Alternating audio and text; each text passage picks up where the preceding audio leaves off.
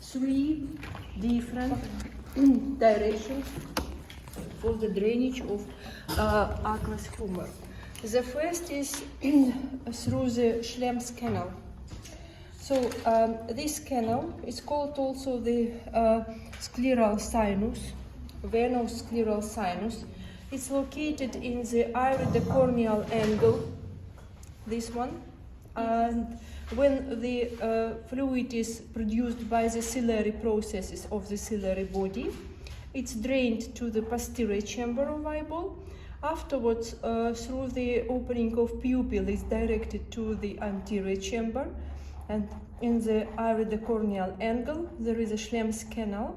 The external wall of this canal is related with the ophthalmic veins, which are in orbit, and therefore the main pathway for drainage is through the Schlems canal to the venous flow of orbit. The second and the third are additional. It's like advanced knowledge. If you don't remember it, it's no problem, but just to say a couple of words about it. The second direction through the intercellular space of choroid and ciliary body. So there are spaces between structures of this and these parts of vascular layer. And the third, through the intermembranous spaces of optic nerve. These intermembranous spaces, because optic nerve is covered with the same layers, with the same meninges as brain, yes? And therefore there are the same intermembranous spaces. Therefore, the drainage of aqueous humor could be between these spaces, and therefore when the intracranial pressure is high, the intraocular pressure is high too. Understand? Because this drainage also exists. There's three pathways, but the main is one. You have to remember Schlems canal, the most important, Schlems canal. Understand? What about tears, outflow of tears? Outflow of tears. We have our plan, we'll find it now. The sequence of the drainage.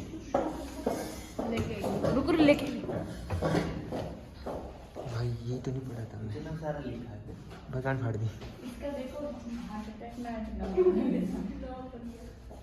मेरा दिन 6 महीने पूछेगा मैंने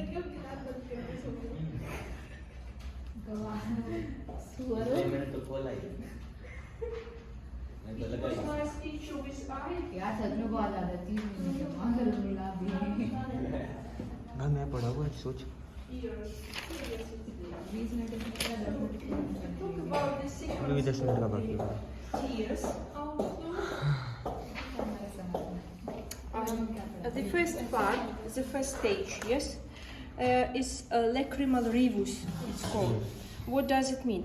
There is a space between lower eyelid and surface of eyeball, this space. It's like the part of the conjunctival cavity, yes? And it's formed, lacrimal rivus, only when we close our eyes, only in this case.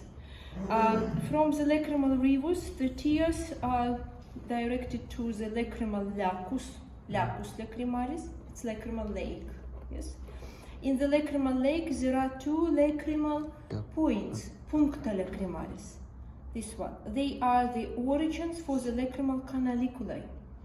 The lacrimal canaliculi superior and inferior directed to the lacrimal sac, and from the lacrimal sac, tears are directed to the nasolacrimal duct, and then it's opened in the inferior nasal meatus. So this is direction, so from conjunctival cavity to the nasal cavity. Any more questions?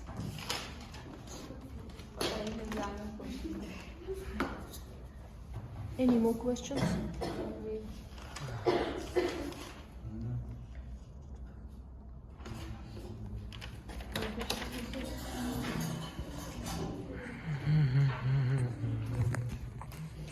The function of orbitalis muscle.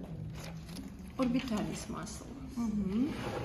Orbitalis muscle plays the role in the drainage of venous blood from orbit because it's located in the inferior orbital fissure. Yes, and through this fissure there are veins. Veins like anastomosis between orbital veins and between pterygoid venous plexus of the infratemporal fossa. Well, when the tonus of this muscle is increased, there are problems with the drainage of venous blood because they collapsed veins. So it influences the drainage of venous blood from orbit. The second function is it influences the position of the eyeball in orbit. So when the tonus of this muscle is increased, the eyeball will be a little bit protruded forward. Yes, it's called exophthalmos. Exophthalmos. When the tonus is decreased, we'll get the opposite, enophthalmos. Enophthalmos. Two main functions.